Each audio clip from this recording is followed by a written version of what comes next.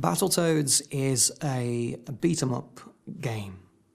Battletoads is a platform beat-em-up game. A platform beat-em-up strategy racing. Battletoads Battletoads is a game that we produced featuring 3 characters which were toads called Rash, Zitz and Pimple. We wanted a set of characters that we could produce huge merchandise for. I remember the Batman film had just hit the movies and we were looking at all of the different merchandising that you could buy for the film and for the character, and we wanted something like that. The t-shirts, the plastic models, the bedspreads, everything. At the time with Battletoads, I can remember Tim being very impressed by the Ninja Turtles. So it was meant to be a sort of tongue-in-cheek version, or at least I thought it was meant to be a tongue-in-cheek version of the Turtles. So it's kind of a typical example of Rare's looking at what was popular and then kind of putting our spin on it, kind of amping it up, making it a bit more edgy, a bit more kind of violent. We went through all kinds of ideas and names. I think I was going to call them the amphibians at one time, but we ended up with Battletoads and that worked. I wanted it to look kind of Disney-like, but I wasn't anywhere near a good enough artist for that, so we came up with a few different gimmicks, and we had the hands expanding and the foot turning into a huge boot. I think the ability to be able to transform limbs rather than carry actual weapons around, that's what made them unique. I think if you picked up the original NES version of Battletoads now, I think you get a bit of a shock because it was a very precise, very difficult game to play. Back then they were kind of quite short games, so one way of getting more kind of playability was to provide the player with a decent level of challenge. Mark, who was leading the software effort, was like a really talented player, so he'd set the general difficulty level around what he was good at. He made it so difficult. You had to be precise to the 100th of the second when to press the button on the controller. At the time we were avid game players, and it got to the point where I could do the turbo tunnel without losing a life. We even tried to do the last section with the really fast walls with our eyes closed, and we got really close to finishing it, but no one could ever do it.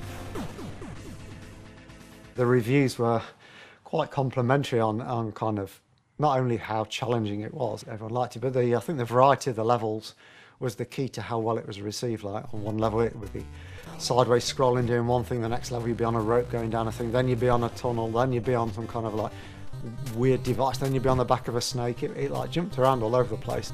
It was such a breath of fresh air in terms of the breadth of gameplay in it.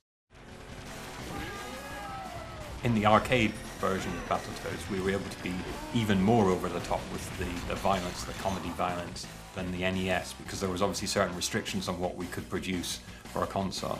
So we went as pretty much extreme as we could be, and I think that was to the benefit of the product. It took a long time to produce because it was all a new kind of game for us, but it was a fun one to work with. It was like building a car, and you start with no parts. You've got to just start manufacturing each of the parts and then putting them together.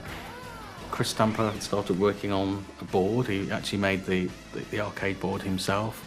Meanwhile, we had to write all the software. Well, I had to write all the software from scratch, so all the audio drivers, all the audio software, all the graphics software. There'd be points where we'd tweak it and we'd say, oh, the hardware is not fast enough here, we need to make some changes. And then he'd add that in, and then we'd change the software again. So there was really quite a bit of collaboration.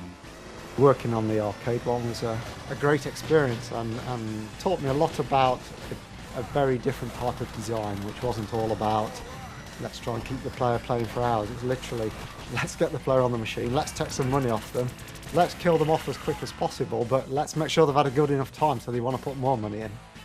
At the end of Battletoads Arcade, we had a boss called Robomanus that you tried to beat, and we were having trouble balancing the game, so it felt like you could beat him if you were on your own when you weren't that good, versus if there was 3 players coming in and, you know, really hitting him. We hit upon this idea of making him super tough at the start, even to the point where you couldn't actually do any damage to him. For the first 45 seconds, nothing you did actually affected him in any way, but it looked like it did. probably the best idea I've ever had in the industry. It's like, how can we make the final boss take more money? I know. Let's make it so we can't kill him.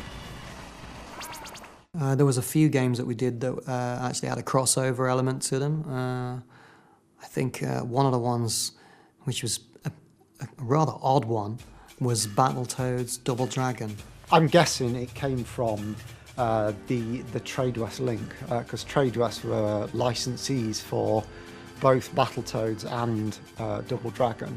It just seemed a bit nuts to have these cartoon characters with expanding hands that turn into fists and drills, mixed up with these martial arts dudes from an arcade machine.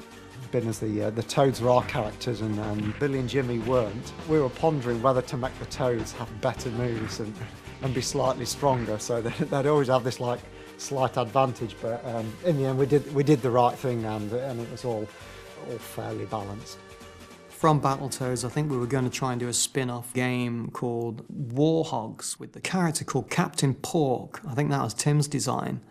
I can remember drawing these two characters that were like big, chunky warhog bikers, and they were going to shout pork swords every time they went into battle, but we didn't do it eventually. Battletoads ran over several different consoles. I think we had a Game Boy version, a Super NES version, an NES version, an arcade machine. We had a cartoon, so it's had a pretty good run of it, but I think it'd be quite a nice one to be revived. I'd always love to see a new Battletoads game out there. Maybe we'll make one.